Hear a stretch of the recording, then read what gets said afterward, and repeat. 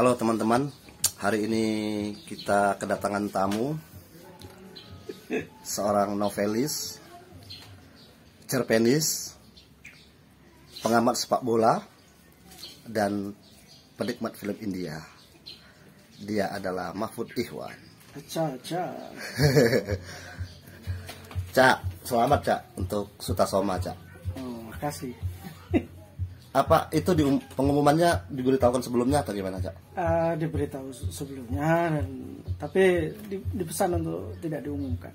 Oh. Jadi sudah ada berapa waktu ya? 2 minggu sebelumnya atau lebih mungkin ya. Terus datang ke Surabaya ya. Berarti hampir semua penghargaan sastra di Indonesia Cak Mahfud ini sudah pegang nih. Nggak tahu apa aja sih penghargaan. Kan tidak banyak, masalahnya tidak banyak Cak. Kan cuma ada ini ya, KLA, terus daerah Sutasoma ya, kan daerah ya. Nah, terus ini ya, balai badan bahasa ya. Ya. Terus ya hari puisi. Lulus puisi gak Cak? Enggak. Nah, nanti gak dapat hari puisi. Ya nanti kita bikin para prosa dari prosa. Hari prosa ya. Oke, itu. Oh iya Cak, ini semalam aku lihat di Instagram, di Twitter juga, soal 12 tahun Ulit. Ya itu Facebook memberitahu gue. Aku kan enggak. Aku mungkin ya 12 tahun, tapi kayaknya kadang tertukar antara Oktober atau November atau September gitu. Tapi 12 tahun ya. Pastinya ya. Apa komentarnya Cak soal Ulit Cak sejauh ini sampai 12 tahun?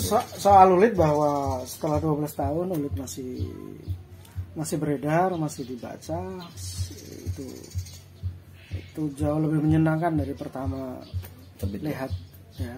Jadi itu hal yang tidak kubayangkan dulu, dan dari buku aku pertama berbahagialah untuk itu.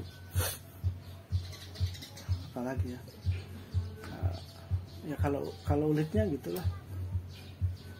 Hal lain ya, bahwa itu membuka, bahwa itu kemudian menjadi belokan bagi hidupku, ya kurasa semacam itu. Jadi memang ada banyak hal, banyak momen di belakang 5 November ya. 5 November itu aku keluar kantor tidak lama setelah itu, atau kemudian menjadi pengangguran sejak itu sampai sekarang. Kehabisan uang dan menabung lagi,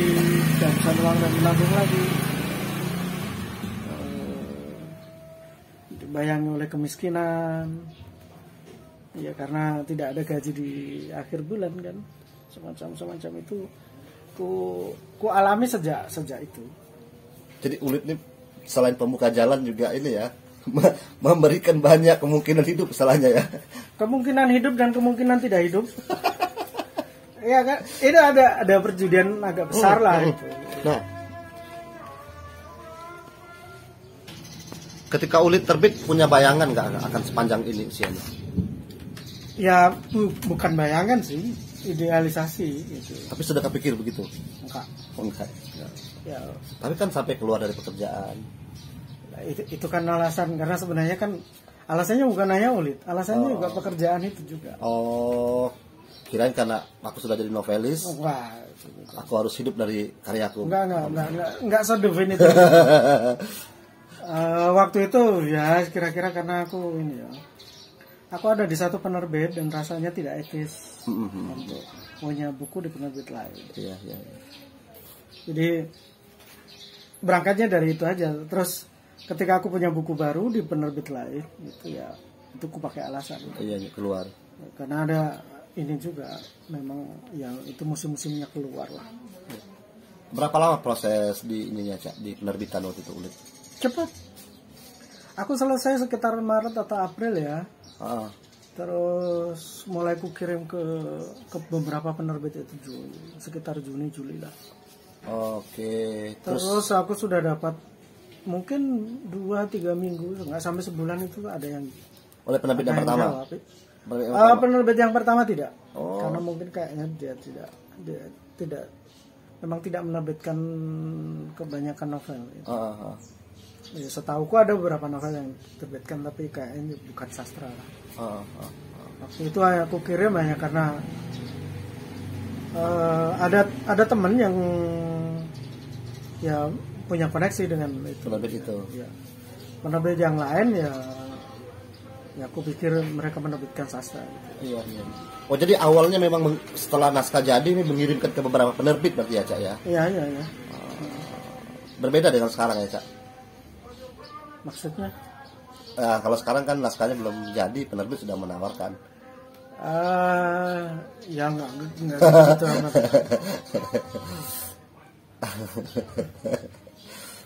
Aku apalah. Aduh. Nah, terus ininya, Cak, apa kemudian begitu terbit Ulit? Ya terbit Ulit dengan wujud seperti itu. Ya, makanya ya aku perayaannya tanggung gitu loh. Di status itu kan kelihatan sebenarnya. Antara senang dan tidak senang. Kayak ya ada kekecewaan, ada kelegaan, ada kekecewaan gitu. Sekaligus itu penjelasannya nggak tahu seperti apa. Aku sempat komplain beberapa kali mempertanyakan kenapa konsep sampulnya seperti ini dan seterusnya, termasuk ukuran yang berubah. Awalnya ukurannya ukuran novel gitu. Iya, jadi besar ya. Terus jadi besar itu penjelasannya, kemudian ya lebih soal harga, lebih soal ketebalan semacam itu bisa diterima, tapi keseluruhannya termasuk ada cap based on true story. Oh, ada ya? Ya kayak gitu. Ya karena ada memang inilah diasumsikan bahwa itu tentang aku dan bercerita. Jadi ada momen di mana editor penerbitnya bahkan bertanya kepadaku, Mas Mahfud pernah ke Malaysia nggak gitu? Iya. Loh, saya kuliah dari SMA langsung kuliah di UGM gitu loh. Enggak, kayaknya Mas Mahfud pernah kayak gitulah itu. Jadi kayak apa ya? Gimana itu pengalaman yang sangat aneh gitu. Iya. Saya juga merasa itu ada bagian dari biografi penulisnya yang masuk ke dalam itu. Iya, itu tidak akan kubantah itu ada Ulit, ada aku pada Ulit. Tapi ada aku juga pada Yamin. Iya. Aku tersebar di banyak tokoh juga gitu. Dan kurasa itu polaku juga menulis.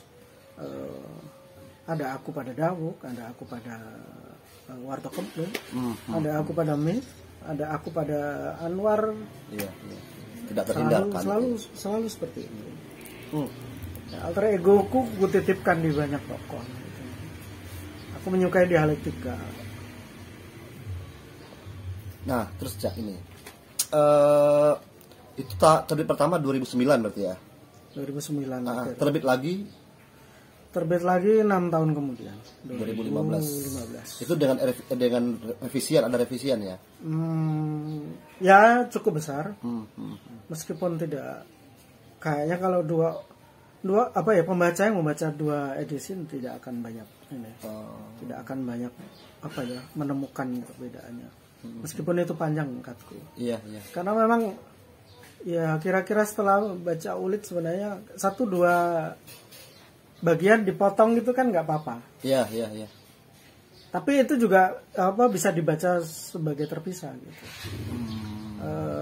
Ya dulu itu semacam aku memang mendapatkannya dari Banerjee. Aku selalu menyebut Banerjee dalam berkait menulis Ulit. Dulu aku membaca Banerjee cerita tentang apu tidak berhubungan satu sama lain. Dia seperti pengalaman seorang bocah di sebuah desa gitu aja, dijajar gitu, bahkan tidak tampak urutannya sebenarnya. Aku memberi kronologi pada Ulit gitu. Tapi setidaknya atau gimana ya, tapi kalau orang melompati bagian tertentu sebenarnya tidak akan kehilangan karena detailnya itu tidak sangat penting untuk keseluruhan ini. Maksudku, aku bisa saja memotong bagian katakanlah Ulit dengan sandiwara radio separuh gitu. dan dia tidak akan mengganggu alur keseluruhan cerita ya. Tapi kan memang bukan itu tujuanku adalah mengeksplor relasi yang rumit seorang anak dengan masa kecilnya dengan desanya itu, dan itu bisa macam-macam, dan itu ya nyambungnya bisa kemana-mana gitu, gitu.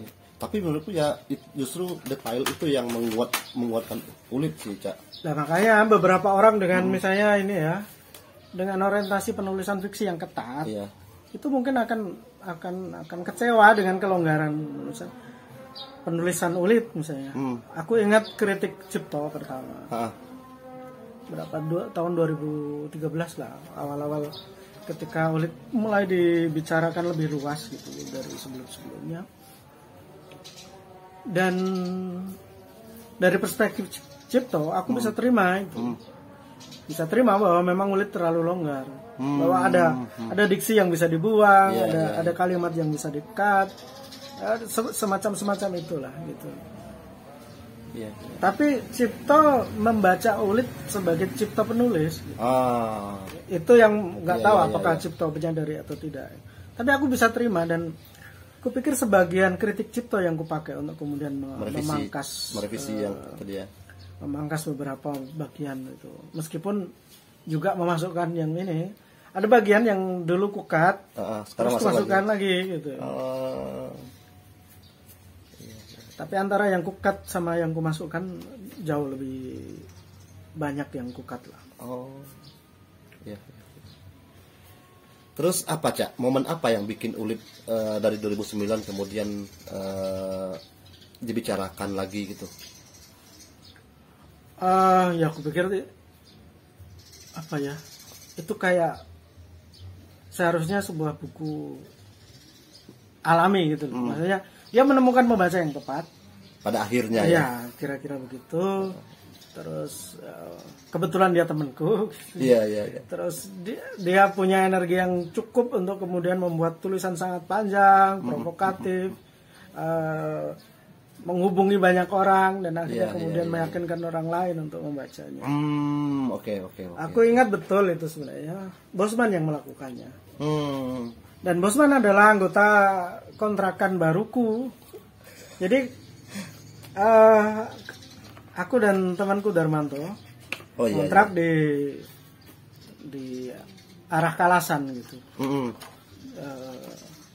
Bosman pulang dari Leuven, dari Eropa, selesai S2-nya dan tidak punya jujukan di sini, di Jogja gitu.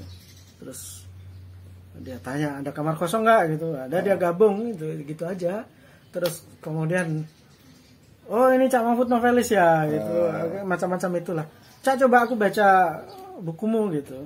Ya, dia baca Ulit gitu, dan setelah itu ya berseri-seri terus nulis.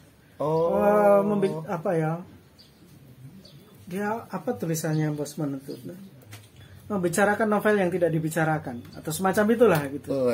Ya menantang Cipto, menantang banyak orang, dan akhirnya kemudian Cipto yang selama 2 tahun ku kasih buku itu, karena aku pernah ceritakan tahun 2009 akhir aku pernah ketemu Cipto gitu, dan aku belum berteman buku. Belum berteman, kenal saya hello ya, kenal. Dia sudah pegang buku. Dia sudah pegang Ulit sejak 2009. Nah, Bosman berhasil memaksa Cipto untuk baca lagi dan mengomentari. Baca akhirnya, kayaknya bukan baca lagi, baca akhirnya. Dan Cipto nadanya sewot. Tapi menurutku justru karena itu ya, Cipto bisa agak berjarak. Gitu. Agak berjarak dari teks, dan itu bikin kemudian dia mungkin lebih semacam lebih teliti pada akhirnya. Kalau Bosman lebih semangat aja untuk memperkenalkan itu. Bosman nulis di mana? Di Facebook? Bosman nulis di Facebook. Hanya di Facebook. Iya. Itu Mbak Katrin juga nulis ya, Cak? Yang itu ya? Mbak Katrin menyusul beberapa waktu. Tapi Ulit ya, dibahas Mbak Katrin ya? Ceritanya itu kira-kira setelah Bosman dan Cipto baca gitu. Terus kemudian ayo kita bikin diskusi gitu. Terus ada diskusi di UGM, terus ada di Lidah Ibu, di Sadar. Itu Tahun 2003-an itu ya, Cak? 2013. 2013, sorry. 2012 atau 2013 ya? 2012 kayaknya, 2012. Mbak Katrin kemudian menjadi pembicara di Lidah Ibu. Dia nggak bikin makalah, tapi bilang sama aku waktu itu saya akan menulis.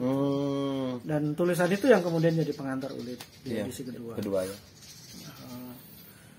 Terus ada resensi Niam, Lubabu Niam dari Insis. Kayaknya semacam itulah. Terus ada diskusi di UAD. Terus Ulit kemudian beredar di beberapa komunitas gitu.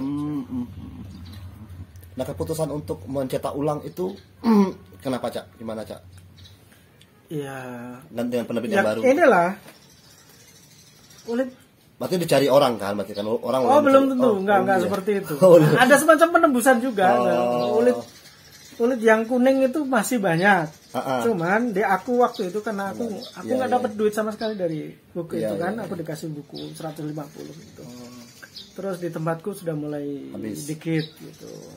Artinya sudah ada terjual mungkin 100-an lah waktu itu. Lumayan. Terus membaca Ulit sedikit meluas dan aku merasa diyakinkan untuk kayaknya kalau kemasannya lebih baik bisa lebih luas gitu. Maka kemudian aku sama teman-teman Ifada kemudian mencetaknya.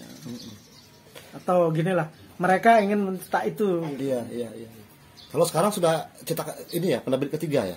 Penerbit ketiga, tapi juga aku pikir memang Ulit tidak punya pasar besar. Atau kalau enggak ya dia lambat sekali gitu. Semua hal yang membuat novel cepat laku nggak ada pada Ulit. Kira-kira begitulah. Mbak Katrin bilang gitu. Maksudnya kalau jual agama enggak gitu. Seksualitas nggak ada sama sekali, terlalu sopan nggak tuh. Kalau Mas Salim bilang gitu. Menye-menye juga enggak gitu. Bahkan menolak untuk menjadi cengeng. Apalagi ya dia juga tidak motivasional gitu loh. Justru menggambarkan bahwa kalah nggak apa-apa gitu. Atau gagal itu bagian dari hidup. Atau bahwa ya gagal ya coba lagi, kira-kira begitulah terus gitu loh. Dan ya ini tentang survive sebenarnya, tentang bertahan gitu. Bahwa orang kalah itu ya tetap ya dari berdiri ya jongkok, kalau jongkok ya jongkok nggak bisa ya telentang terus gitu kayaknya. Sebisa mungkin masih tetap bertahan, dan itu yang kutunjukkan dari Ulit, bahwa awalnya Ulit tidak ingin ke Malaysia, terus kemudian pada akhirnya ke Malaysia. Ya dia bawa yang bisa dipertahankannya, karena dia tidak bisa mempertahankan hutan dan bukitnya, dia bawa bibit bengkoangnya. Bengkoang. Semacam itulah. Dan dia tetap menjadi romantik gitu. Yang itu diketawakan oleh temennya sendiri gitu. Tapi kan di bagian akhir kan bengkoangnya berbuah dan ada pertanyaan di kalimat penutup itu. Nah kan bengkoangnya juga nggak enak gitu, maksudnya selalu seperti itu gitu loh. Itu bagian-bagian. Jadi kamu bisa ambil kemenangan sedikit, tapi itu bukan kemenangan yang sebenarnya ya. Itu. Ada kekalahannya juga gitu. Kamu selalu gagal di banyak bagian gitu. Jadi bagaimana kamu berpuas diri dengan hal yang kecil yang bisa kamu dapat, atau berpura-pura seperti itu. Oke. Dari ini Cak, yang rasanya menurut Cak Mahfud yang mengangkat Mahfud Ikhwan kemudian ke pentas sastra Indonesia ya, yang dari beberapa novel. Itu pertanyaan yang sangat aneh. Rasanya kan perlu tahu tuh, ini titiknya gitu. Ya, Kambing dan Hujan. Kambing dan Hujan ya. Kambing dan Hujan dijual menang DKJ ya?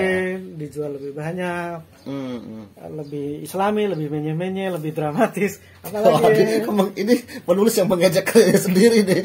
Aku selalu mengejek karya daripada diajak orang lain. Iya. Okay. Tapi yang dapat menghargai ini KLA bukan yang ini ya? Apa? Yang bukan Kambing dan Hujan ya? Di KLA. KLA kan Dau ya. Kalau yang Badan Bahasa? Kambing dan Hujan. Kambing dan Hujan ya. Tapi ya ULID sih memang menurutku sebagai ini ya karya pertama ya Cak ya. Dia yang memang fenomenal sih jadinya ULID sih. Jadi bicara Cak Mahfud mungkin orang akan ininya ya ke ULID sih. Ya mungkin karena aku juga terlalu cerewet gitu tentang ULID. Maksudnya nggak tahu. Kalau orang ketika ditanya, orang kan tidak bisa menentukan gitu, mana yang paling bagus gitu. Aku nggak bisa bilang mana yang paling bagus, enggak. Tapi yang terpenting bagiku ULID ya. ULID itu punya banyak lapisan. Kenapa dia menjadi penting? Dia pertama dan dia buruk rupa gitu loh. Itu selalu ini bagiku itu kayak anak sulung yang sial gitu loh. Jadi aku punya jadi soft spot dengan buku ini gitu. Jadi misalnya kalau ada ya orang menulis sastra biasa dikritik misalnya. Tapi kalau kritik itu ke ULID dan tidak tepat dalam arti bukannya tidak substantif, seharusnya bacanya tidak begitu gitu. Itu rasanya beda gitu. Jadi kalau kesinggung dengan buku lain itu apa-apa. Dilipatkan 3 itu. Jadi aku menjadi terlalu protektif kadang seperti itu. Sampai sekarang masih gitu, Cak? Aku menjadi aku menjadi agak terlalu banyak bicara soal ULID itu dan kadang itu tidak benar-benar kontrol gitu. Maksudnya itu memang emosional gitu. Karena mungkin juga ini Cak, ULID juga terlalu personal ya buat Cak Mahfud. Jadi luar dia karya pertama ya. Mungkin. Karena apa ya? Banyak gugatan kan, banyak hal yang disampaikan di ULID sebenarnya kan.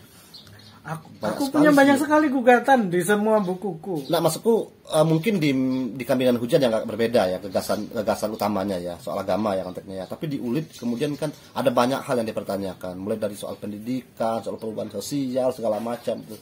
Jadi itu kan Cak dulu di usia berapa sih itu? Udah tua lah. Ya jangan bandingkan sama ini penulis-penulis sekarang. Aku mulainya umur 24. Nah itu dia. Tapi di usia segitu kan terkumpul semua energi, Cak. Mungkin. Jadi di ULID ini memang padat sekali dia mungkin. Makanya menjadi sangat personal. Gitu ya. Boleh lah.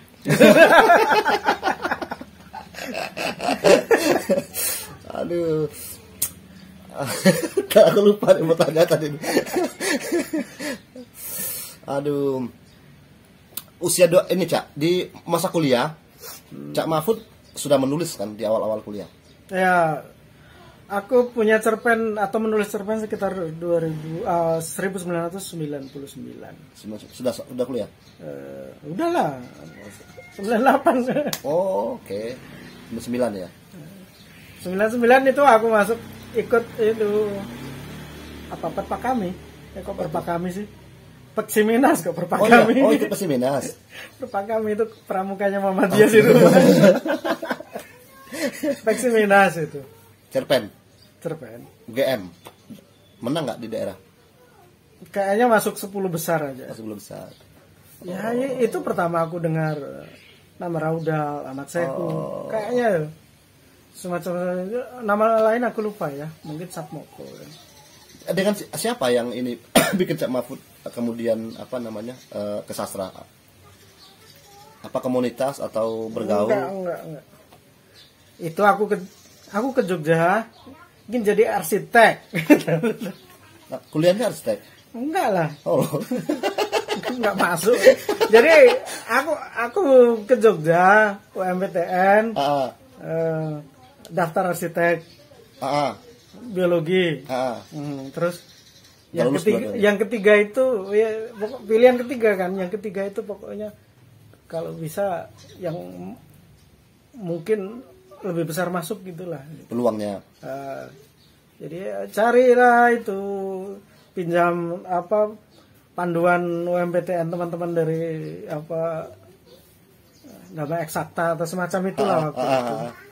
Jadi yang grade-nya memungkinkan gitu. Aku cari aja.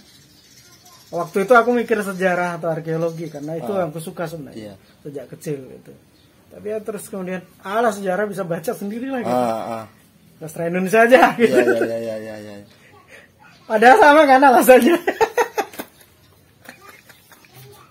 Jadi sastra Indonesia Cak? Sastra Indonesia di UGM? Ya akhirnya sastra Indonesia masuk.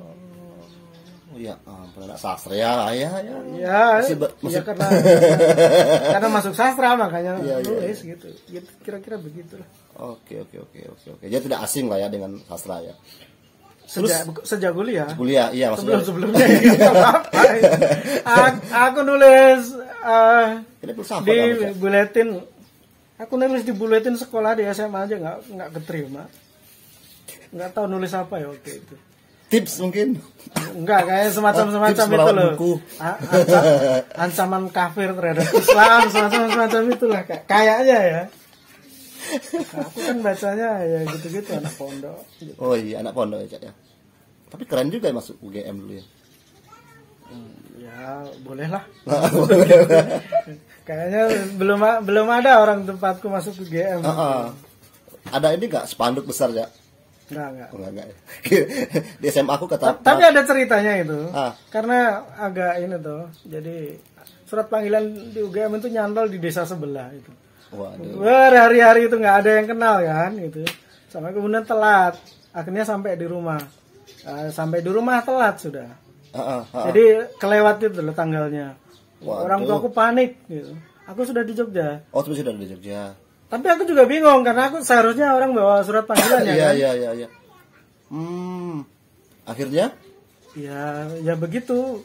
Sampai kemudian mungkin waktu itu ya agak drama karena bapakku harus nyari telepon umum untuk memberitahu telepon di mana aku bisa angkat gitu. Agak rumit lah waktu itu. Kira-kira begitu. Kayaknya masih ada 1-2 surat pertama itu untuk memberitahu itu. Tapi tetap akhirnya bisa daftar ya. Masuk ya. Bisa. Tapi itu juga sekaligus ini ya, info berjalan ya. Itu warga sekitar ya. Ada nih anaknya Pak ini nih kuliah di UGM. Ya, sama-sama. Jangan gitu. Ada komunitas sastra kayaknya Cak waktu di UGM. Sama Cak Mas Ugi. Oh, kelompok menulis ya. Itu anak-anak baru kan. Berapa tuh banyak gitu pertama itu. Ayo kita bikin apa gitu. Terus aku kasih nama Akar Amin. Terus nggak tahu berapa pertemuan terus hilang gitu. Oh, sempat beberapa kali? Ya sempat. Ya aku rasa waktu itu ada beberapa penulis yang potensial. Gak tau kayaknya di Akar Angin ini. Ya, cuman nggak lama itu. Jadi aku menyebutnya untuk kelangenan aja, ketawa-ketawa itu mengenang teman-teman. Tapi masa itu sudah menulis ya di Akar Angin ini? Sudah, aku sudah mulai menulis cerpen. Aku nggak tahu itu mungkin kedua ketiga itu ya. Atau setelah itu ya, setelah masuk Peksiminas itu ya kayaknya. Oh iya, Snidas ya, pilih kampus ya. Tapi yang jelas itu sangat mandiri sih, sangat nggak ada patron gitu loh. Iya. Dan itu kan itu demokratis iya, tapi kemudian nggak ada yang jadi acuan gitu. Jadi makanya juga pendek kok masanya. Tapi nggak ada Cak, misalnya dulu menyukai kegiatan-kegiatan acara sastra gitu atau berteman dengan penulis gitu? Enggak. Nggak bisa berteman. Aku kan nggak begitu bisa berteman. Aku hanya bisa bikin teman 1-2 itu bahkan sejurusanku. Tapi sudah membaca sastra gitu. Kalau baca sastra itu kan memang lebih mudah karena itu ya kan perpustakaan bagus. Kan nggak semua anak sastra juga suka baca sastra aja. Aku suka baca dan itu switch yang mudah lah. Itu apa alih selera yang mudah. Dan menurutku kayaknya mungkin lebih banyak baca waktu itu daripada sekarang belakangan. Lebih intens ya? Lebih intens gitu. Dan dulu itu excited gitu loh. Nggak tahu siapa-siapa kan. Iya. Jadi bahkan misalnya kenal Putu Wijaya pun dari Kroco gitu. Yang tidak banyak orang ingat gitu. Kenapa Kroco? Karena tipis. Harganya 7.000 waktu itu di shopping gitu. Karena waktu itu aku tidak akan membeli buku di atas 10.000. Tapi itu yang bikin kontak-kontak dengan Putu Wijaya juga? Nah, itu setelah itu ya? Setelah itu kan kemudian aku menjadi sangat engage dengan karya-karya Putu. Mungkin dari banyak penulis di Indonesia, penulis yang bukunya paling banyak aku baca, paling intens itu baca gitu. Nah, tapi di tahun-tahun itu, 99 2000-an awal itu kan memang masa-masa ini juga toh perayaan sastra koran juga, Cak. Ini enggak Tahu nggak soal sastra koran? Tahu mengirim? lah, aku kan nggak sebodoh itulah sebagai mahasiswa. Ya itu kan juga itu loh bagian dari ini diskusi kelas kan. Oh. Iyalah. Mengirimkan juga. Iyalah. Kan ya pengen terkenal juga tuh. Ya ke Kompas, ya ke Jawa Pos, ke KR, ke bahkan tapi saya ingatku ya, aku kirim cerpen pertama itu ke Suara Muhammadiyah. Tetap. Faktornya terutama karena dekat. Kantornya di sini ya. Kantornya di sini aku Langganan juga. Enggak, bukan. Enggak. Aku bisa jalan gitu ke Iya, sana. iya. Oh, ngantar langsung ya. Karena aku waktu itu tinggal di sekitar perempatan Gondomanan gitu. Oh. Terus kantor Suara Muhammadiyah kan ada di Jalan Ahmad Dahlan. Bisa jalan. Terus yang publikasi pertama di mana, Cak? Cerpen, Cak? Anida kayaknya. Anida ya. Aku seingatku ya, Anida. Tahun berapa, Cak? 2000. Oh. Sekitar Juni Juli. Berarti di awal itu periode awal menulis juga berarti ya? Setahun 2 tahun menulis. Ya. Wah, ini aku memang menulis jalan hidup. Belum kepikir itu, Cak? Hah? Menulis sebagai jalan hidup belum kepikir. Aku banyak cerita waktu itu masih motifnya ya bisa beli buku, bisa punya tambahan wesel gitu, gitu aja. Terus semacam apa ya, senopnya anak sastra, masa anak sastra nggak nulis? Jadi semacam itu kayaknya ya. Anida ya, Anida masih ada gitu ya. Sama ini nggak Sabili, Cak? Temanku yang Sabili. Oh. Jadi ada salah satu anak Karangin itu yang memasukkan cerpennya ke Sabili dan masuk gitu. Kayaknya lebih dari sekali. Tapi terhitung kamu bukan penulis ini ya, Cak? Penulis koran ya, Cak? Aku tuh baru bisa terbit di koran tahun 2000 atau 2001 akhirnya. Oh, di Minggu Pagi. Minggu Pagi pertama ya. Tapi itu cuma satu-satunya di Minggu Pagi, di koran-koran Jogja itu cuma satu-satunya. Aku ingat itu. Pertama dan selamanya. Iya. Terus 2002 baru di Jawa Pos. Oh, 2002 di Jawa Pos. 2003 sekali lagi. Itu aja. Setelah itu enggak lagi? Bukan enggak lagi, enggak pernah masuk. Tapi mengirim itu? Beberapa kali mengirim. Berarti banyak, Cak, kamu nulis cerpen berarti, Cak? Tampaknya tidak akan lebih dari 50. Tapi satu cerpennya bisa diganti-ganti tempat ya pengiriman? Enggak juga. Oh, enggak ya? Maksudnya kalau ditolak Kompas kayaknya udah diam aja. Gitu. Udah diamin aja. Enggak, aku juga bukan orang yang ini juga. Termasuk aku nggak bisa segera cepat sadar bahwa aku tidak bisa ikut tren gitu. Jelas aku pernah meniru Seno, pernah meniru siapa ya mungkin semacam Agus Nur gitu. Pernah coba ya gimana caranya laku gitulah. Tapi kalau ketika kemudian akhirnya tetap nggak laku ya sudah. Iya. Cerpen, novel, kalau Ulit mulai ditulis kapan, Cak? Ulit setelah lulus. Setelah lulus kuliah ya. Lulus di Jakarta. Cak? Aku kerja, 2003. Ya? Aku 2003 Agustus 2003 selesai. Terus Februari 2004 berangkat ke Jakarta. Menulis cerpen masih beberapa kan ada yang masuk di kumpulan belajar mencintai kambing itu ada 2 atau 3 cerpen yang kutulis di Jakarta. Tapi tetap udah ke publikasi udah makin kurang ya, Cak, ya, ke media tadi itu ya. Masih sempat mencoba aku. Waktu itu aku kirim 1-2 cerpen entah ke Suara Pembaruan atau Kompas ya. Karena waktu itu juga aku melakukan beberapa korespondensi email dengan Putu Wijaya dan Putu Wijaya berhasil mendorongku untuk coba bekerja lebih keras semacam itulah. Iya. Dan akhirnya aku mencoba dan tetap gagal gitu. Karena kan aku ingat itu pembicaranya kan ya kira-kira ringkasnya gini. Setelah bisa ngobrol sama Putu gitu terus sok-sok akrab gitu. Pak Putu mau baca cerpen saya nggak gitu. Wes, Oh ya, mau ya. tentu saja. Ah. Terus ku kirim. Oh aku lupa kasih syarat Put. Aku mau baca cerpenmu yang sudah dimuat Oh. koran gitu. Aku kirim cerpen lama yang sudah dimuat di koran gitu. Oh aku lupa tambahin satu syarat lagi. Aku mau baca cerpenmu yang sudah terbit di koran setelah kita ngobrol. Oh. Jadi kayak gitulah. Tapi sempat dibaca, berarti ada yang dibaca tadi. Aku nggak tahu dan itu tidak lagi penting. Wah, Putu Wijaya teman pertamanya email-emailan ya. Ya Putu termasuk ini apa ya penulis selebritas yang aku kirimi ulik. Ya, aku nggak tahu apakah itu dibaca atau tidak dan itu nggak penting dan Iya. ya, itu semacam ini aja ekspresi. Tapi dia terima jadi kasih. bisa jadi energi berarti ya, Cak ya waktu. Oh ya dia guru dalam hal itu bagiku. Termasuk sebenarnya aku selalu terlecut oleh produktivitasnya, oleh apa etos kerjanya. Dia berbagi cerita tentang di email itu ya, karena dia sangat ramah. Dia berbagi cerita bagaimana dia menulis slow di Ituan. Aku sangat suka lo gitu dan aku bisa membayangkan novel seperti itu ditulis di atas truk, hanya di atas truk ketika dia pulang dari ladang ke camp gitu.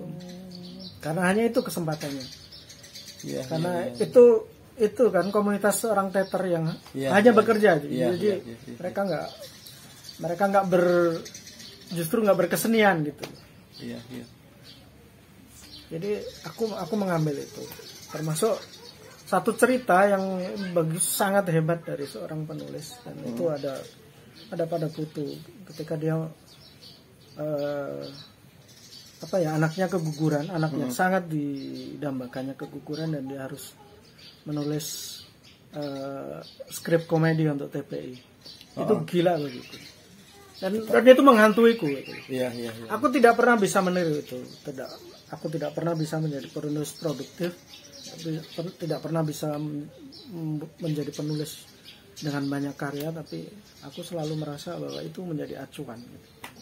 Tapi kan ini di back kan sebenarnya sudah mencoba melakukan itu, Cak. Artinya dalam kondisi apapun harus ada deadline gitu.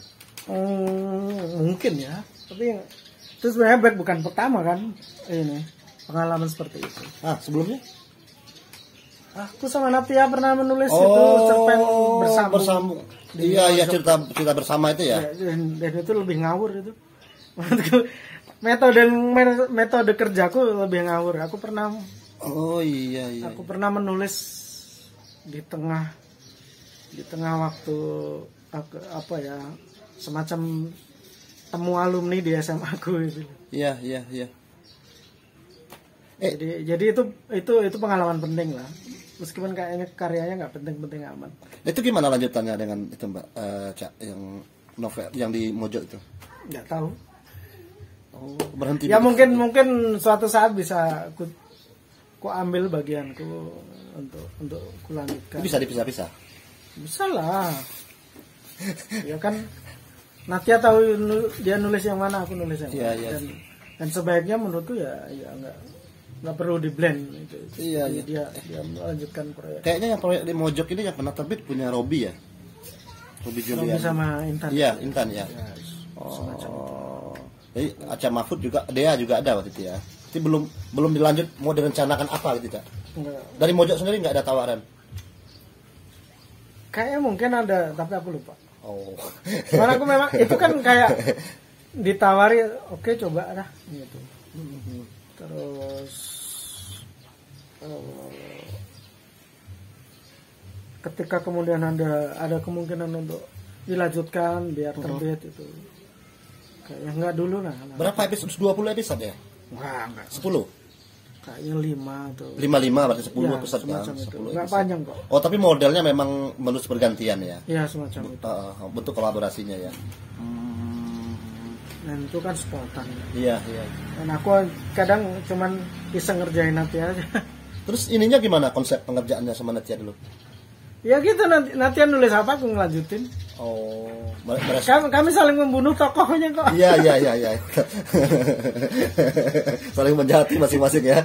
Penulis dua-duanya jahat, menjahatilah teman ininya, teman kolaborasinya tuh. Tapi bagus tuh tokoh ini, Cak. Tokoh Rhoma Irama itu menarik tuh. Aku lupa aku. Ya nanti aku baca lagi lah. Supir truk dia kan? Aku ingat supir truk dia. Supir backup itu ya. Truk apa pickup? Yang dia kan datang ngasih orang mabuk kan. Meracuni orang. Menarik juga itu.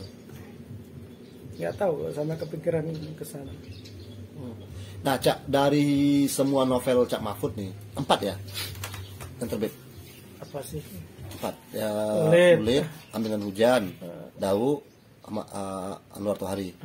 Nah, Anwar Tohari yang menurutku ini, Cak, kalau di 3 novel ini latarnya lebih konkret gitu, lebih dalam tiga-tiganya gitu.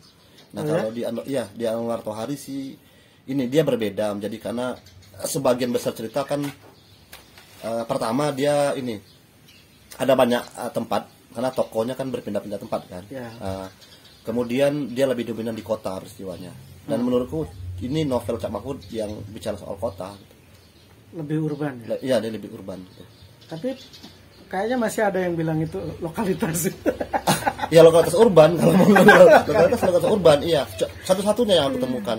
Nah, meskipun itu dia tidak sedetail, tidak sehalus yang 3 tadi itu, Cak. Maksudnya memberikan latar gitu. Bahwa yang dominan latarnya kan sebenarnya Jogja ya. Meskipun Jogja tidak hadir dalam disebut sebagai ini ya, sebagai latar peristiwa ya. Tapi kayaknya itu peristiwanya di Jogja kayaknya. Dan yang disebut kan Surabaya, tokoh si cewek. Jadi latarnya yang apa namanya, tapi tidak ini Cak Mahfud disadari atau tidak disadari sih, dia tidak sedetail yang di 3 novel sebelumnya soal latar gitu. Aku nggak tahu, tapi ya mungkin itu karena latarnya tidak satu. Gitu. Pada akhirnya kemudian dia menjadi tidak sangat penting. Ya mungkin ya yang di tidak sepenting Lerok atau Tegal Centong atau Rumbuk Randu. Nah itu rata-rata dia punya ini toh, orang punya visual karena masing-masing punya nama. Terus ada deskripsi soal tempat ini, jadi kita sudah punya peta sendiri ya. Kita suka antropologi tadi ya. Jadi kita punya peta sendiri soal itu. Nah di Anwar Tohari yang tidak sih, karena dia meloncat-loncat kan. Karena misalnya ketika kuliah itu kemungkinannya di Jogja. Terus ada perkelahian yang cukup panjang adegannya itu kan juga di jalan gitu. Kan tapi kan dia menjadi tidak penting latar mungkin benar sih ya, tidak ada penting latar. Ya aku membayangkan mungkin di sekitar Jogja, tapi sebenarnya detailnya yang aku dapat tidak di sana. Ya aku memang ini kecuali ini ya, kecuali ketika latar itu aku sebut dengan detail. Iya memang. Jogja disebut nggak sih, Cak? Enggak. Enggak.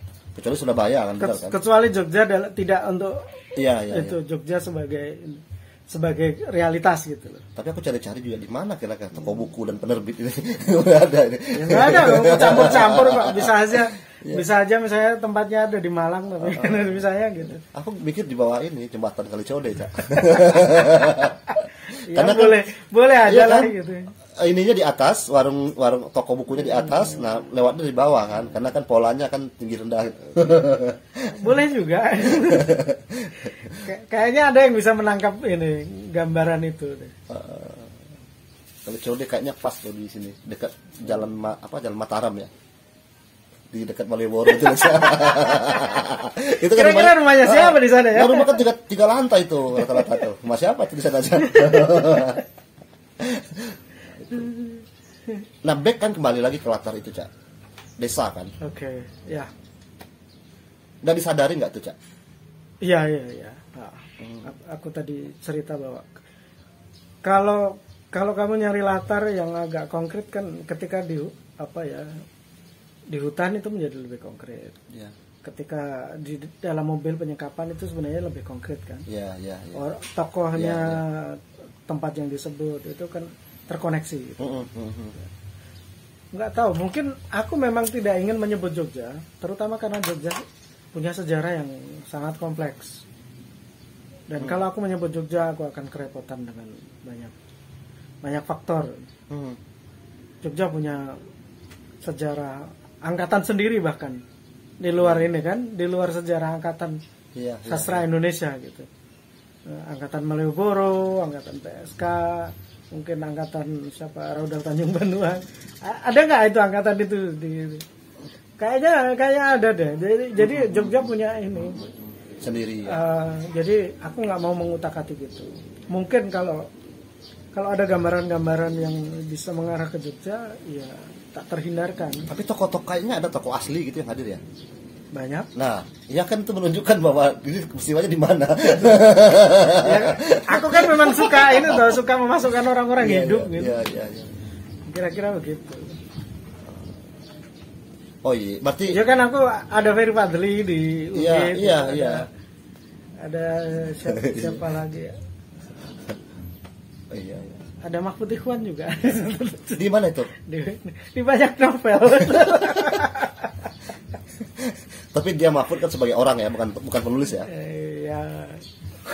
Aneh aja nih. Mahfud muncul ya. Nah, B berarti yang agak berbeda lagi, Cak, latarnya ininya. Peristiwa yang digarap juga. Back itu technically lanjutan Ulit.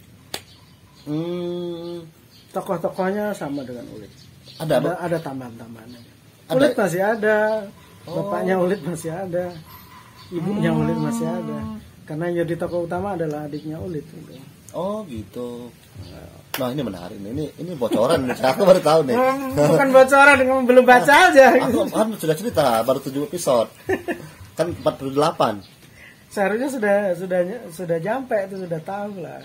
Belum. Aku masih di surau terakhir, masih ini baru dipugar ininya sekolahnya. Di episode 2 atau 3 aku sudah sebut, aku Isnan, adik Ulit. Anak Pak Tarmidi. Wah, harus dibaca ulang lagi. Ya ini dia suruh ini bayar dia. Oh tapi latar peristiwa memang di Ulit ya? Iya, dia Lerok sama. Lerok ya. Oh iya Leroknya ya nama. Tapi ya karena ini pakai POV orang pertama, jadi kupikir aku juga bertaruh juga misalnya. Iya. Jadi dia lebih ke dalam daripada lebih masuk daripada meluas. Gitu. Hati-hati nanti misalnya dilihat ada gadis di depanku, dadanya.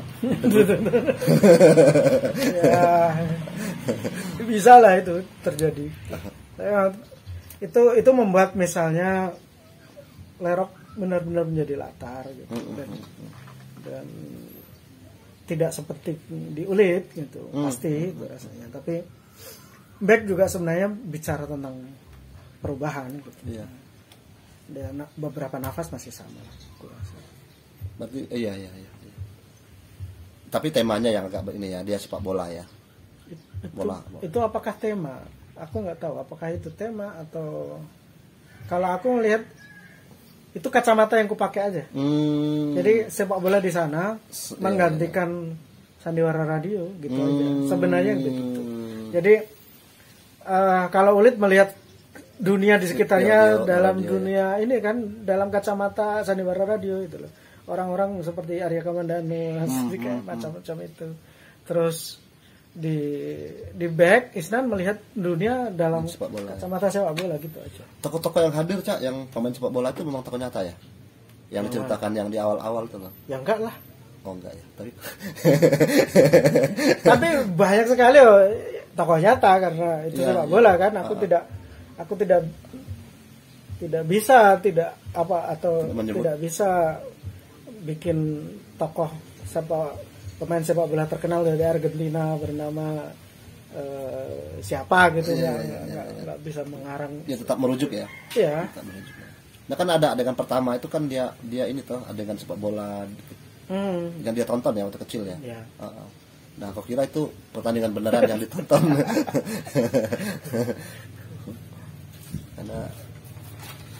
Nah berarti ini yang orang pertama ya. Di ini kan juga, Cak, Anwar Tohari kan juga di Surat kan sebenarnya orang pertama juga. Banyak kepake orang pertama. Di Kameng dan Hujan kan ada dua orang tua itu bercerita dalam Surat, tapi Surat ya. Iya. dalam ini dalam sudut pandang orang pertama. Iya. Yang ku pakai kan coba macam-macam gitu. Kalau di back itu mengenang gitu loh. Backtracking. Jadi dia pulang menemukan situs-situs di mana dia dulu pernah punya kenangan, cerita tentang masa lalu. Kayak gitu konsepnya, sederhana. Kalau di surat itu kan ya orang seperti surat. Si awal bercerita gitu. Iya. Jadi konsekuensinya nanti beda. Terus kalau di Kambing dan Hujan kan orang bertanya, itu ingin tahu. Iya. Jadi ada trigger dari luar gitu. Semacam itu. Tapi metode menggunakan ini kalau di Kambing dan Hujan kan berarti surat. Kalau di ini surat juga ya, Anwar Tohari kan juga surat ya. Ya, tapi kan campur-campur. Itu menyebalkan sekali tuh. Sampai bertengkar ke Cak Mahfud sama Cak Mahfud. Itulah orang belum selesai baca sudah bikin penghakiman itu. Aduh, jadi aku nggak boleh lagi ngomongin back nih berarti ini. Harus selesai dulu nih. Ini salah lagi. Ini Cak, tradisi menulis Cak Mahfud kan aku dengar menulis pakai pulpen dan buku tulis. Macam-macam sih. Itu kan metode aja untuk mendekati mendekati novelku gitu. Dan novelku macam-macam. Ulit pernah aku tulis dengan tangan. Tapi sebagian selesai di komputer. Apalagi ya? Yang terakhir apa? Yang ditulis tangan Cak? Yang terakhir. Dauk hampir keseluruhan tulis tangan. Dauk hampir keseluruhan tulis tangan. Di Belandongan itu ya. Anwar Tohari sebagian. Sebagian lain aku pakai suara itu. Rekam. Pakai HP Samsung lama itu. Berarti 1 jam ya? 1 jam. Teknik menulis 1 jam itu. Enggak lah. Tetap bayangkan bahwa ini loh. Kamu baca satu kan sekarang teknologinya mengubah suara jadi teks ya. Yang paling baru. Itu kalau kamu bukan itu tukang ngaji di desa-desa yang bisa hatam dalam 2 jam itu aku nggak percaya. Tetap maksudku orang bisa menulis dengan membaca dan itu kan bukan hal yang baru gitu. Iya. Penulis-penulis Amerika pakai perekam dari dulu gitu. Iya. Bahkan bukan hanya penulis fiksi, penulis macam-macam pakai perekam. Mbak ini juga ya, Mbak siapa yang Jadi kita bicarakan apa sih? Gak tahu nih. Oh ini tadi menulis tangan. Ini tradisi menarik menulis tulisan dengan tangan itu tidak langsung ya maksudnya itu bukan satu-satunya cara yang pernah aku tempuh. Aku pernah memakai itu rekaman itu 2 bab terakhir Anwar Tohari itu karena itu sudah kepikiran sejak sangat lama itu ku rekam dengan HP. Jadi itu dulu yang selesai. Itu dulu selesai. Biasanya selalu ending kok yang selesai dulu. Oh iya. Kayaknya yang endingnya nggak bisa selesai dengan sejak lama itu Ulit gitu. Ya. Meskipun ku bayangkan ya bahwa itu kayak gitu tapi baru belakangan bisa ku selesaikan. Percakapan itu yang bikin katanya kamu menangis itu. Iya, percakapan di batu itu. Dari Is dan Mat itu selesai jauh sebelum novel selesai. Asik. Itu bab yang menyebalkan itu. Kayak kesukaan ibu-ibu kayaknya itu. Iya, dia drama India tuh. Zrek-zrek. Iya. Pakai zoom. Konfliknya besar ya, bisa diselesaikan. Harusnya dari kemarin-kemarin mereka begitu. Tapi mengharukan, jadi logis ya maksudku. Jadi dia logis gitu. Penyelesaian konflik menjadi sangat logis gitu. Dan aku menangis tuh. Itu keberhasilan besar itu bisa bikin Adrian Goto menangis. Ini sekarang Cak, aku tuh kayaknya tahu lebih dulu kayaknya ini blog ini di belakang gawang ya. Aku pernah baca belakang gawang kayaknya.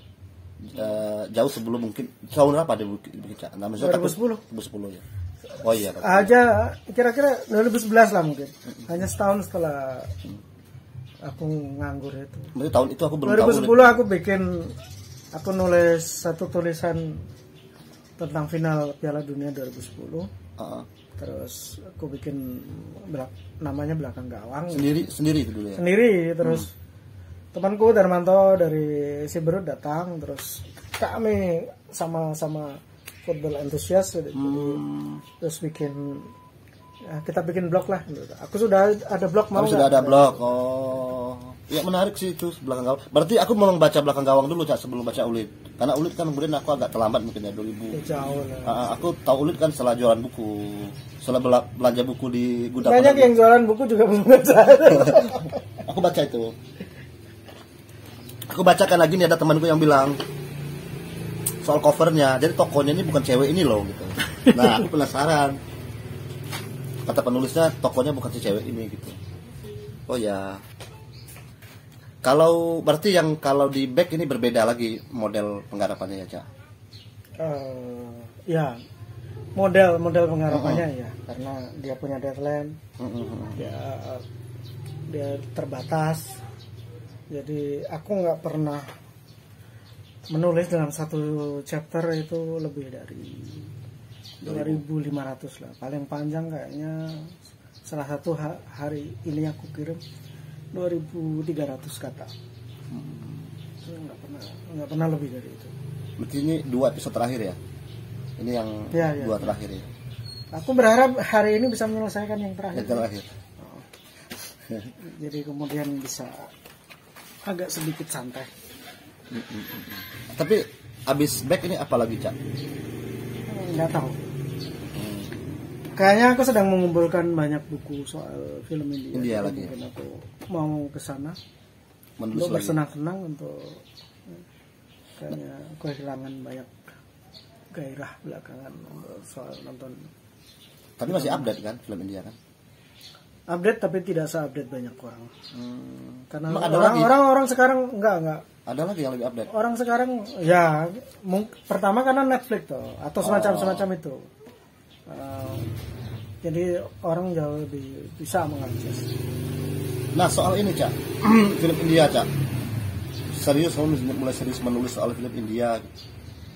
Karena memang latar sama mungkin ya di banyak orang ya, kita di ping ini ya dekat dengan film India, tapi tidak semua orang mau mengakui kesenangan mereka terhadap film India. Nah, kamu kan serius sekali Cak menuliskan film India. Aku menulis apapun dengan serius. Ya, makanya itu kamu menuliskannya dengan serius gitu. Dan punya pengetahuan yang bagus soal itu gitu Cak, soal film India gitu. Sementara aku taunya pemain gitu, misalnya sutradara gitu, asal film gitu. Tapi kamu kan juga musisinya gitu Cak. Sejak kapan sih Cak tertarik dengan film India itu? Maksudnya menseriusi bukan menonton ya? Kalau menseriusi ya mungkin 2011 juga. Kayak itu kan orang nganggur itu produktif ya. Itu bukan sangat tidak produktif sebenarnya, nonton bola, nonton film. Tapi kan jadi produktif ketika kamu tuliskan Cak. Ya boleh lah untuk sebagai pujian oke lah. Nah kan karena teman-teman kan juga begitu. Aku dulu punya. Tapi awalnya gini, Koto. Aku ngeblog 2008. Itu telat lah. Blog sudah mau collab jatuh ya. Aku baru ngeblog dan aku bikin blog yang namanya keren bagiku, tapi ya itu menggambarkan betapa gelapnya pribadiku hari-hari itu ya. Apa aku namanya? Bikin blog namanya Skeptic Tank. Wes. Itu isinya apa Cak? Itu isinya amarah sebenarnya. Aku itu tahun-tahun terakhir di pabrik. Pabrik? Ya di penerbitan itu. Oh Pak. Jadi aku selalu menyebutnya pabrik karena memang konsepnya sangat industrial. Di sana aku banyak menulis film apapun. Jadi aku menulis untuk blog itu. Dan aku nggak tahu siapa yang baca, pokoknya itu. Aku menulis film-film tua Hollywood, aku menulis film Eropa, aku menulis film-film Indonesia. Aku ingat aku menulis Rampun Jabi. enggak. Rampun Jabi. Inem, terus Ponira, berapa film Roma Irama, terus pokoknya gitu, termasuk film ini Ayat-Ayat Cinta. Oh, Yang ya ngece-ngece itu lah. iya. Yang bikin aku pernah dilabrak sama ibu-ibu di email. Kenapa? Tersinggung dia? Ya gitu kan semacam itu. Kalau kamu nggak suka, balaslah pakai karya semacam itu. Emang kamu bisa apa gitu? Ya, macam-macam itulah. Jadi itu kan aku naikkan ke milis itu waktu itu. Jadi aku bikin ini apa ya?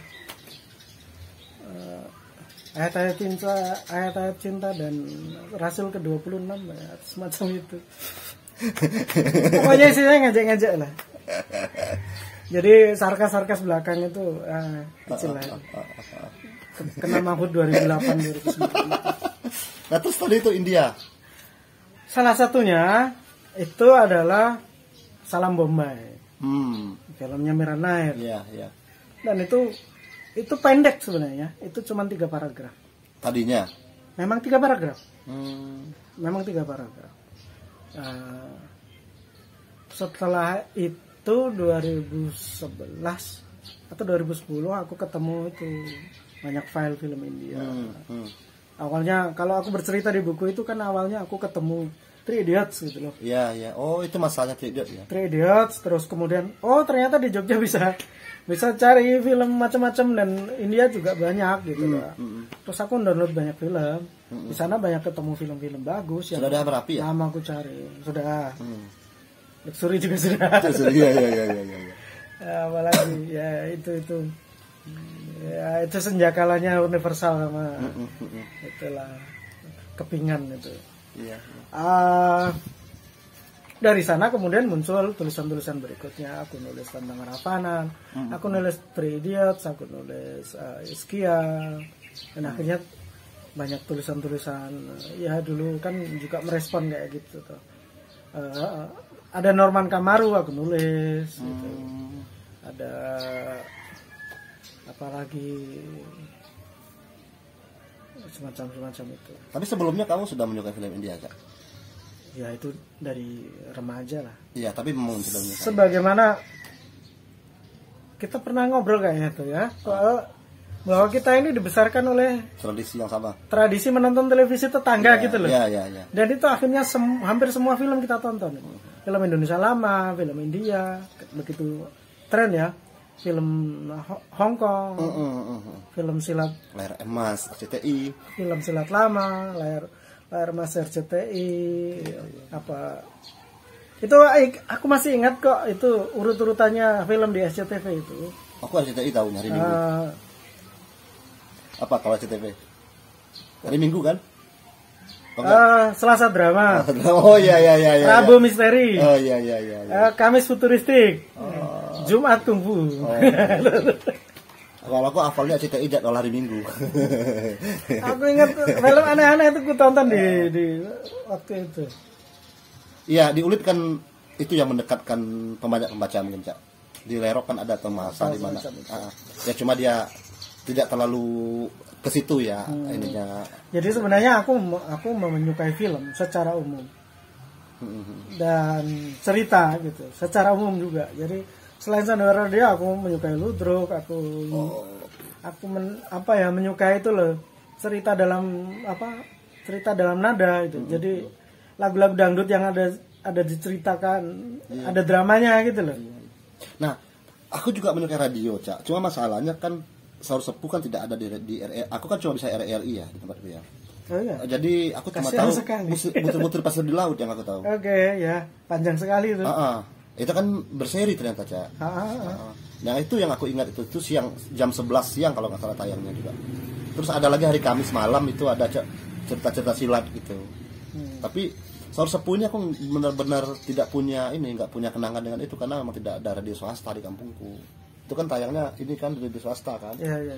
Itu jadi aku nggak akrab. Itu kan sebenarnya ini tuh kendaraan untuk promo iklan obat batuk. Ya, ini Iklan ya. obat lah. Iya. Prokol. Deddy Mizar ya kayak ininya dulu. Bintang iklannya. Nggak tahu aku. Kok Deddy Mizar?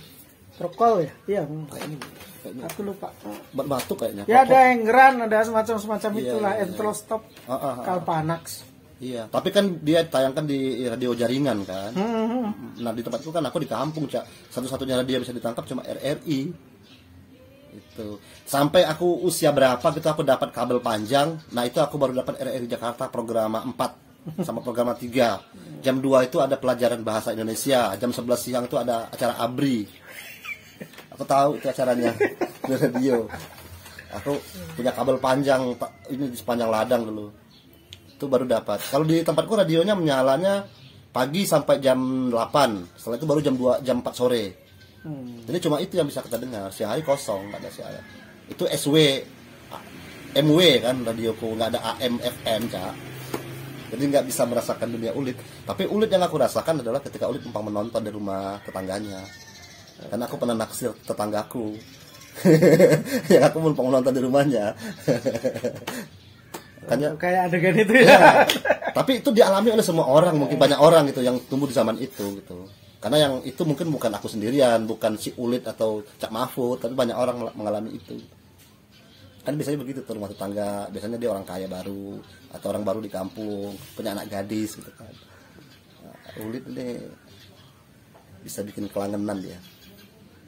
Ya sebenarnya awal tujuannya gitu kok, menyambungkan orang-orang yang ini. Yang punya apa ya, punya memori atau punya dunia yang sama. Yang ku bayangkan seperti itu. Tadi ini belakang gawang tadi, Cak. Lupa tadi. Jadi tulisan pertama Cak Mahfud yang tahu itu blog di belakang gawang, saya ingatku itu ya. Berarti ini baru terbit bukunya ya? Ya di KPG. Tapi ini tulisan-tulisan baru berarti, Cak. Itu sebagian besar ada yang lama. Tahun dari 2012 2013 ada ya. Ada juga yang dari 2016 dan 2018 ya. Itu aku sama Darmanto nulis di Jawa Pos di Euro 2016 kan. Terus kemudian nulis lagi di Jawa Pos di Piala Dunia 2018. Jadi tulisan itu sebagian yang mendominasi. Berarti belakang gawang prosesnya masih jalan terus berarti, Cak? Ya belum ditutup. Ya. Tapi udah jalan. Udah jalan tulisannya. Cuman nggak ada tulisan masuk. Ya kami sibuk lah. Itu kan berarti catatan di belakang gawang ini menariknya kan dia juga bukan ulasan tayangan tadi malam gitu ya, Cak? Karena dia punya sudut pandang. Ya nggak gitu juga. Tapi ada juga yang gitu. Nah kan kayak tulisannya siapa, Romo Sindu, yang kan ada beberapa esai bolanya dia kan juga gitu tuh. Dia ngomongin soal sepak bola yang ini, tapi dia bisa panjang ke belakang kan menurutnya. Dan sama seperti kamu nulis film India kan, Cak. Itu. Nggak ngerti sih, aku lupa ini. Udah lama nggak baca ini tulisannya Romo Sindu. Tuh. Apa tadi, Cak? Kalau memilih film India atau sepak bola mau menulis yang mana sekarang, enggak? Aku kan habis nulis sepak bola. Back itu sepak bola. Oh iya, keseluruhannya. Katanya tadi cuma ininya sudut pandangnya. Sudut pandangnya, tapi itu membuatku harus sangat terhubung dengan ini tuh, membaca banyak buku sepak bola. Ya, ini tahun sepak bola. Dan karena aku tidak mau menghabiskan hidupku dengan satu hal, misalnya sastra atau sepak bola saja atau film saja, ya aku gilir lah. Iya. Oh iya, banyak ya. Iyalah, kan bayangkan kalau hidup dengan cuman sastra gitu, yang dipikir sastra gitu, penghargaan apa tahun ini siapa. Waduh. Mati lah. Ribut lah kita ya. Ribut ya. Enggak, aku enggak ingin. Enggak ingin aku. Oh iya, Cak, ini. Ada apa dengan Malaysia, Cak? Ya, itu bagian penting dari hidupku, dari hidup komunitas kami. Kira-kira begitulah. penjelasannya. Tapi dia cukup penting ya. Oh ya, ya. Mengubah ini juga lerok dalam tanda kutip. Mengubah lerok dan desa-desa sekitar. Iya. 90-an ya. Sampai hari ini. Enggak, Arab kayak ini enggak, Cak? Arab atau yang lain-lain? Ya, aku kebetulan terlibat dan dekat dan tahu yang Malaysia, yang berhubungan dengan Malaysia. Beberapa tempat bergeser ke Korea sekarang. Dan mungkin kalau ada salah satu di antara anak yang lahir di desa itu kemudian nanti jadi novelis, ya bisa saja kita tahu. Pengen menulis serius tentang itu Kak Cica, kalau Malaysia datang ke sana juga. Ini sudah sangat serius loh. Enggak, maksudnya dia cuma hadir kan menjadi kepingan cerita gitu. Ya, Dia apa-apa itu cukup lah. meskipun ulit judulnya tidak ini ke Malaysia ya. Tapi kan dia Ya, Malaysia ke kan Malaysia sebagian. tujuan-tujuan lain boleh. Tapi bukan tuh riset. inilah. Ngapain riset? Aku, Seru loh di pabrik, Cak. Hah? Di kilang, Cak. Lihat orang main Rolex. Enggak, emang tuh ya riset pun ya tidak seperti itulah. Misalnya aku bisa saja ke Malaysia terus tinggal di tempat teman yang masih di sana gitu sebulan gitu. Itu Iya. nggak mungkin lebih dari riset kan? Iya.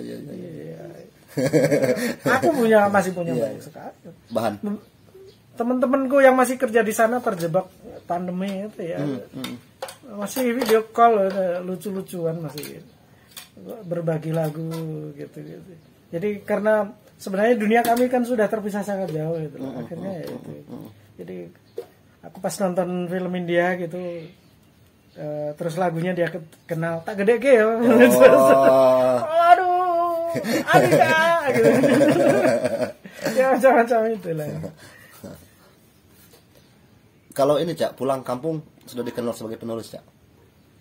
Kayaknya sudah. Ya, sekarang internet, Facebook. Iya, bukan wartawan ya? Hah? Bukan wartawan. Karena orang nggak tahu sebenarnya bedanya penulis sama wartawan. Iya, tapi dikenal wartawan nggak? Punya pengalaman lucu nggak? Termasuk ya masih sampai sekarang masih dianggap di Jakarta kayak. Oh. Nggak, kan saya juga kalau pulang itu juga susah, orang tanya pekerjaan kan, menulis gitu ya. Bayangan orang kan menulis kan memang wartawan. Aku kan pernah ngantor lama dan orang kemudian tidak merevisi ini pengetahuan itu. Jadi kadang aku masih ini masih disapa, Noma, ya, apa libur? Ya. Tapi teman-teman sebaya masih banyak nggak di kampung, Cak? Ya masih, tapi dengan kesibukan masing-masing. Ya beberapa orang masih kumpul kalau pulang masih. Kan aku memang tidak banyak punya teman maksudnya yang bisa. Oh, di pondok jauh ya dari rumah ya? Enggak juga. Enggak ya. Enggak, maksudnya kan ada masa orang terputus juga kan, Cak. Misalnya dia SMA-nya di pondok jauh gitu, terus kuliah ke depan. Oh, itu berpengaruh karena teman-teman yang lain juga mondok atau kemana gitu. Aku kerasanya gini, Cak. Aku dulu kan waktu kecil tinggal di desa lain gitu. Nah, aku baru kembali kan ketika SMA aku harus sekolah di sekolahku yang baru gitu. Jadi aku tidak mengenal banyak orang jadinya gitu. Karena tiba-tiba aku jadi orang baru di kampungku sendiri gitu. Ya itu selalu rasanya itu. Itu yang sekarang masih begitu ya. Itu yang hari-hari ya sudah lama aku rasakan. Aku kan bilang bahwa pernah nulis lah itu di salah satu kolom Mojo. Itu kita nggak tahu siapa yang lahir, siapa yang mati, siapa yang menikah. Siapa punya anak siapa itu terlewat itu, dan itu mengacaukan relasi kita. Iya. Sama seperti orang lain ini. Pernah aku mengalami yang terburuk kan. Jadi kakekku meninggal, bapakku nggak di rumah. Jadi nggak ada siapapun yang memberitahuku di Jogja. Oh. Jadi aku pulang dan orang tahunya ya aku mau ziarah gitu. Padahal aku nggak tahu gitu. Ya untungnya ini ya, kami tidak punya hubungan yang sangat emosional. Ya inilah hubungannya biasa cucu kakek gitu aja. Tapi itu bikin aku ini tertegun panjang gitu. Karena relasinya dengan inilah bahwa ini efek dari merantau. Oh, iya. Bahwa aku merantau, bapakku merantau, mungkin saudara yang lain merantau dan kami saling jauh gitu. Salah satu orang dekat kami nggak ada dan kami nggak tahu. Iya. Sekarang bapak sudah nggak merantau kan, Cak? Udah enggak. Nah, dari Jakarta kenapa pindahnya ke Jogja, Cak? Dulu itu. Kenapa Itu bukan pindah itu. Balik lagi. Balik. Nah, kenapa baliknya ke Jogja bukan? Aku orang gagal di Jakarta itu. Nggak bisa beradaptasi, mungkin ya. Atau kurang keras berjuang. Berarti di Jakarta dulu masih sering balik ke Jogja. Masih ya? Oh, masih ke Jogja ya. Berarti terikat ya dengan Jogja ya. Ya tidak, sebenarnya tidak seterikat itu. Maksudnya, tapi memang gimana, aku orang yang butuh waktu untuk beradaptasi. Dan ketika sudah beradaptasi, ya biasanya menjadi terikat. Gitu. Kalau mungkin aku di Jakarta agak sedikit lama, itu mungkin juga enggak keterikat juga. Okay. Lama kan di Jakarta, Cak? Kurang lebih 2 tahun lah. Tapi setelah itu juga aku nggak asing-asing banget tuh dengan Jakarta. Maksudnya dulu karena masih punya banyak teman ya. Aku dulu ketika masih ngantor itu biasanya di musim liburan itu kalau orang-orang kan pulang kampung. Iya. Aku ke Jakarta. Nyari film, nyari kaset. Kayak gitu, nyari buku. Ya mendatangin teman-teman yang masih masih bisa didatangin. Ya, Cak. Ya. Soal ini sekarang, buku menulis itu gampang. Itu buku tentang apa, Cak? Itu apa ya? Itu tentang kalau itu tentang diriku lah itu. Itu tentang apa yang kurasakan sehari-hari gitu. Bukan dari menulis. Menulis iya, tapi tidak satu-satunya. Aku juga menulis tentang sepeda, aku menulis tentang ayam di beranda rumahku, aku menulis tentang sayur yang kutanam dan mati gitu. Aku tentang memasak nasi dan gagal, semacam itulah gitu. Tapi bisa dipakai nggak oleh calon penulis? Karena itu kayaknya enggak. Jangan gitu. Cari petunjuk yang lebih praktis, yang lebih menolong gitu. Ya jangan-jangan memasak itu sebagai metafor, bahwa menulis itu begini loh. Menulis ini begini loh gitu. Karena itu banyak orang menganggap itu buku tips menulis loh. Bukan banyak orang, penerbitnya. Ya nggak apa-apa kalau itu menjual ya nggak masalah. Tapi sebenarnya bukan tentang itu. Bukan. Meskipun ada juga yang membuat resensi dan itu lucu lah, makanya ternyata dia bisa menjelaskan sisi lain yang ya dengan kayak gitulah. Entah mau ketemu apa metafornya, entah semacam itu, membuat tafsiran yang agak aneh-aneh kayak. Ya itu bikin aku senyum-senyum sendiri ya kan. Cahetan. Orang mengira itu buku tips menulis. JBS jualan nggak sih? Jual, aku jual. Oh gitu. Aku jual. Berapa harga? Kayaknya nggak kenceng lah setelah lama. Laporan penjualannya nggak bagus. Ya karena sudah ada di mojok duluan itu kan. Sudah ada itu dikeluarkan dari mojok. Ya belum lah di sana. Enggak, maksudnya ini kan itu tulisan di mojok juga kan? Mojok.co kan? Masih bisa dibaca. Nah, itu dia masalahnya, Cak. Oh gitu ya. Kan pembaca juga bisa mencari gitu. Padahal itu sampulnya ada lucu-lucunya, gelindung-gelindungnya. Gelindung gitu. Orang pemalas itu. Iya, itu konsepku itu. Dieksekusi dengan lucu, kayaknya ilustratornya cewek itu lucu. Nah, Cak, Dau kan sudah ada nih cerita baru masih terhubung dengan Dau. Terus bukan sempalan ya. Terus kalau Dau kan juga sudah ada nih. Dau dan Ulit sudah ada dua-duanya nih. Nah, kalau yang Mif ini gimana? Kandungan Hujan. Enggak lah, itu selesai. Selesai sendiri. Enggak tahu, tapi kayaknya itu selesai. Kecuali nanti putar lagi gitu. Jadi anaknya gede, kita ketemu anaknya siapa gitu. Kayak ribet lagi gitu.